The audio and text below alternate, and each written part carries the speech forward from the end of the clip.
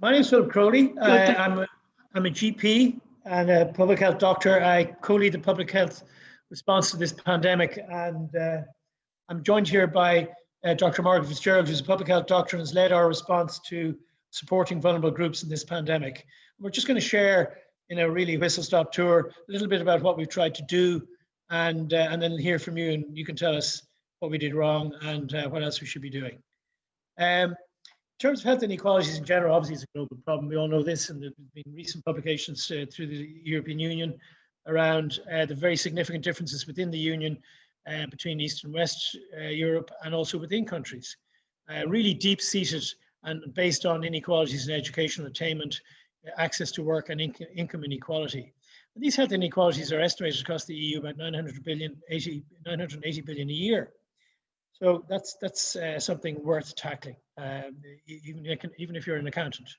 So WHO has also helped really a very welcome focus on social determinants, something I think that as health services, those of us who work in health services, maybe we haven't had so much focus on. In terms of QI and equity, I absolutely believe as a national leader for our quality improvement team here in Ireland, you cannot have quality without equity. There's no point having a great health services if I can't get into it. And we need to look at variation, measure it, and target it. Unwarranted variation is often generated by certain groups being excluded. And general solutions can exclude people. Let's be clear about that, which is why I'm very taken by John Powell's work in Berkeley, which talks about targeted universalism. That's about, okay, targeted initiatives. We know that targeted strategies are required, but it's about setting a universal goal that we can all sign up to. So nobody's excluded from the goal, but some people don't need the targeted strategies to achieve it. So that's something we can all sign up to. And then we have the targeted strategies for disadvantaged groups to meet that universal goal, be it in healthcare or social attainment or whatever. And we need to identify exclusion and equity through measurement. We need ethnic identifiers and all of the other ways that we can measure inequalities and therefore tackle them. If we're unaware of them, it's very hard to tackle them. And we need to adopt equity as a strategic organizational goal, something our health services here have not really achieved to this point yet. I'm going to hand over to Margaret now to talk to you a little bit about the work with the vulnerable groups. Thank you, Phil, and hello, everybody. So our population in Ireland is not dissimilar to the United Kingdom, and our socially vulnerable groups are a combination of different groups. For example, 17% of the population in the last census 2016 was not born on the island of Ireland. We also have problems with our homeless population, stable but a continuing challenge in the cities mainly. We have direct provision, or people who seek asylum, and those who are programme refugees. We have travellers, Irish ethnic travellers are here and also in the UK. We have Roma, who are a very hidden population, and we think there are over 5,000, but not 100% sure. And then we have people affected by addiction, both alcohol and heroin and other multi-drug use. And we have undocumented migrants and victims of gender-based and domestic violence. And we call them vulnerable groups or marginalized groups for a number of reasons and a number of factors. Homelessness is a chronic problem in society, and is often, single homelessness is often also impacted by people who have drug use. Racism and discrimination exist, especially against travellers. That's long seated, but we now see that extended to non-nationals and Roma, and a certain amount to the direct provision. And life expectancy is affecting some of these marginalized groups, particularly in the travellers whose life expectancy is 10 years younger than the average. And looking at the global impact of COVID on vulnerable populations and the equity issue, the risks are greater if people have lacked geographic and financial access. And we definitely see that in relation to, say, the Roma and to a lesser extent travellers who don't have the literacy to access medical care. Lack of hand washing, lack of sanitation is very much in traveller in crowded sites, and also people who live in very highly overcrowded housing settings. We also see other issues such as poverty and people who are mobile and migrant workers.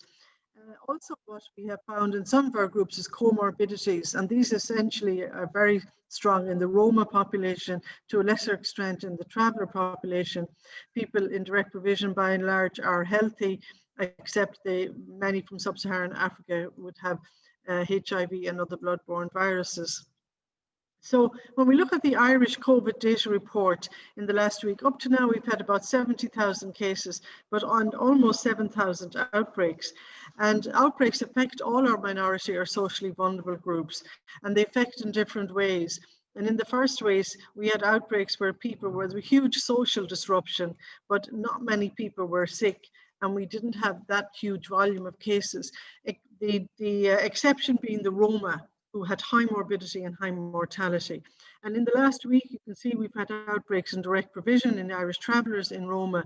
So we're never without an issue in our vulnerable groups. And if you look, say, at the next slide on traveller outbreaks, you can see here where the travellers are deeply affected by outbreaks, and especially in the younger age profile, you can see there in blue. And we've had a peak in October, which was really to do with the movement and the reduction and the opening up of the country during the summer. And that's been a huge challenge. So now if we look at our response, and our response is based on initially very much on being prepared, early recognition, isolation and care prevention, especially of onward spread. We spent a lot of effort and time at the beginning of the pandemic in trying to reduce overcrowding in direct provision, and also in the homeless settings and in the hostels. We cocooned and shielded especially those at risk, and we had a real aggressive test and isolate approach in all our settings, and with a local outbreak control team.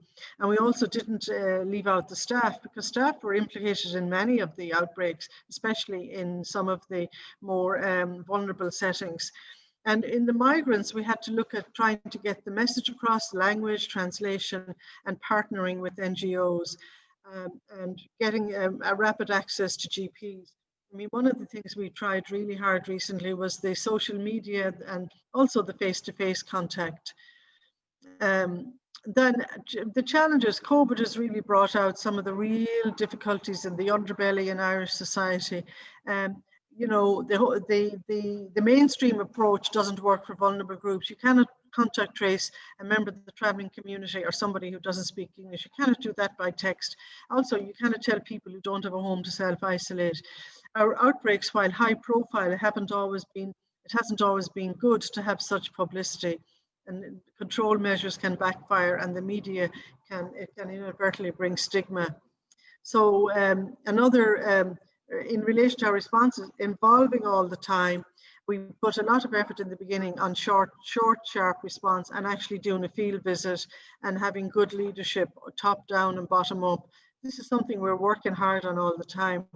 Peer-led contact tracing has been something we're really working hard on now, and trying to get good work from NGOs with us. So I'll hand you back now to Philip.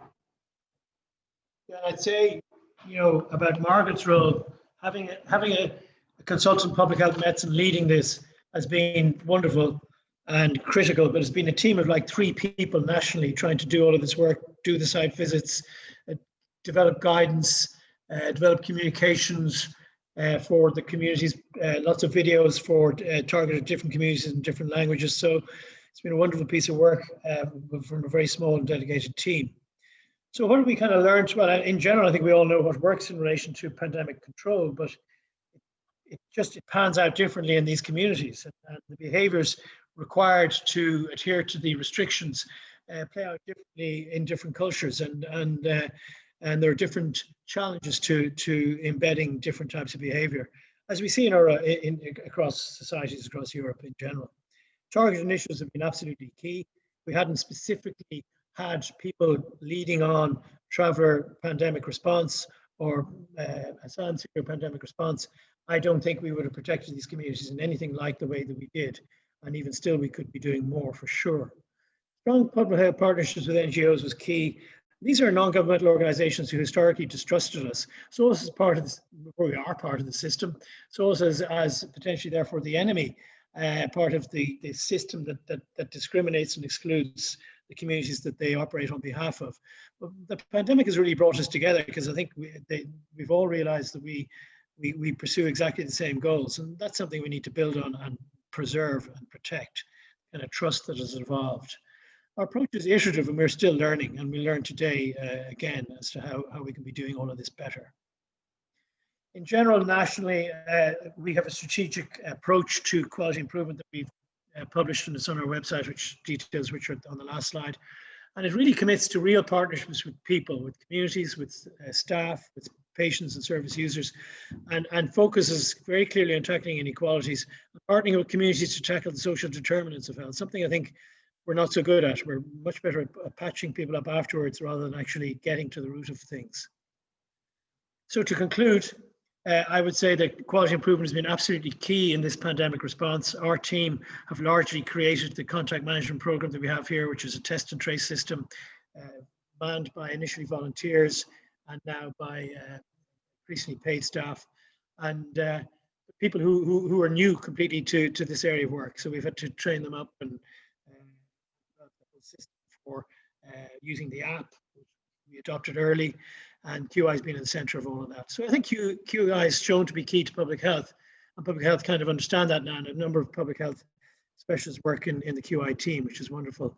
But equity is key to both. You can't have quality improvement, you can't have an approach to public health that is unresponsive to issues of equity.